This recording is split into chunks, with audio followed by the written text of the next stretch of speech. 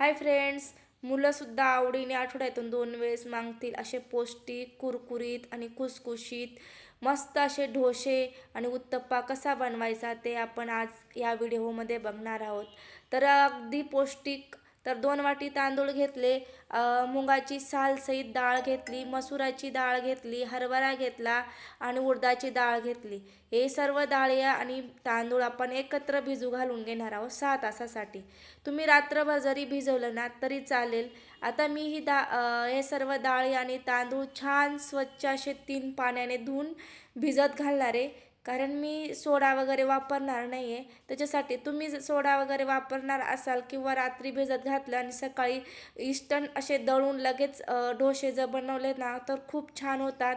तर इथं बघू शकता छान असे आपले आहे ना तांदूळ मी हे डाळी आणि तांदूळ 6 तासासाठी भिजत घातले होते. तर छान आता मिक्सरला वाटून घेणार आहे अशा पद्धतीने आणि थोडं पाणी टाकून घेते. छान ग्राइंड होतं, पाणी टाकल्यावर लवकर ग्राइंड होतं. अशा पद्धतीने मी दळून घेते. तर आता बघू शकतात मस्त असं छान रवाळ दळून घेतलेले आहे. तर तुम्हीसुद्धा बघू शकता व्हिडिओमध्ये अशा पद्धतीने. तर आता आपलं सर्व दळून झालं आणि मी रात्रीच मीठ टाकून ठेवलेलं असतं, कारण फर्मेंटेशन खूप छान होतं. आता थंडीचे दिवस, पावसाळा असल्यामुळे आहे ना, तर अशा पद्धतीने केलं ना तर फर्मेंटेशन खूप मस्त होतं. आता मी रात्रभर ठेवून दिलं आणि हे इन्स्टंट जरी केले ना तरी चालतात. आता दुसऱ्या दिवशी तुम्हाला दाखवते छान असं तयार झालेलं आहे, बघू शकतात मस्त. आता आपण उत्तप्पा करायला घेणार आहोत. तर इथं मी तव्याला पाणी मारून घेणार आहे, अशा पद्धतीने पुसून घेते. तर बघू शकतात छान असा आपला तवा मिडियम गॅसवरती मिडियमच तापलेला आहे. तर एक पळी मी टाकून घेतला ना अशा पद्धतीने गोल गोल फिरवला. जास्त मला हा उत्तप्पा हवा होता. तर बघू शकता अगदी कुरकुरीत झाले, जाळी छान पडलेली आहे.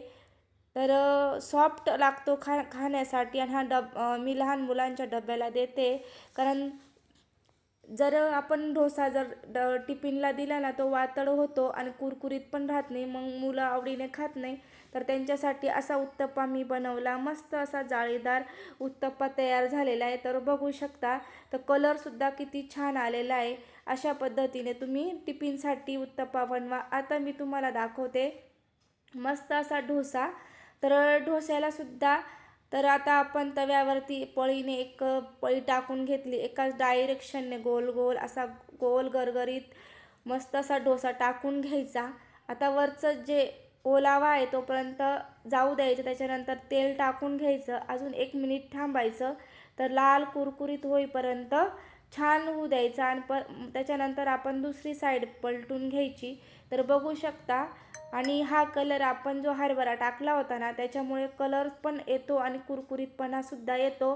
तर बघू शकता मस्त असा डोसा तयार झालेला आहे. आता तुमच्यासाठी दुसरा पण एक डोसा करून दाखवते अशा पद्धतीने. तर बघू शकता मस्त असा.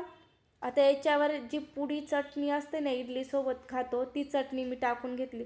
खूप सुंदर लागतो तिच्यासोबत हा डोसा आणि वरून मस्त असं तेल तूप तुम्हाला जे आवडत असेल ना ते तुम्ही टाकू शकतात. आता मी तेल टाकून घेते त्याच्यावरती. तर अशा पद्धतीने मस्त कुरकुरीत खालची साईड पूर्ण कुरकुरीत होऊ द्यायची, तोपर्यंत पलटी करायचा नाही. तर बघू शकतात मस्त असा कुरकुरीत दिसतोय. आता आपण पलटी करून घेणार आहोत.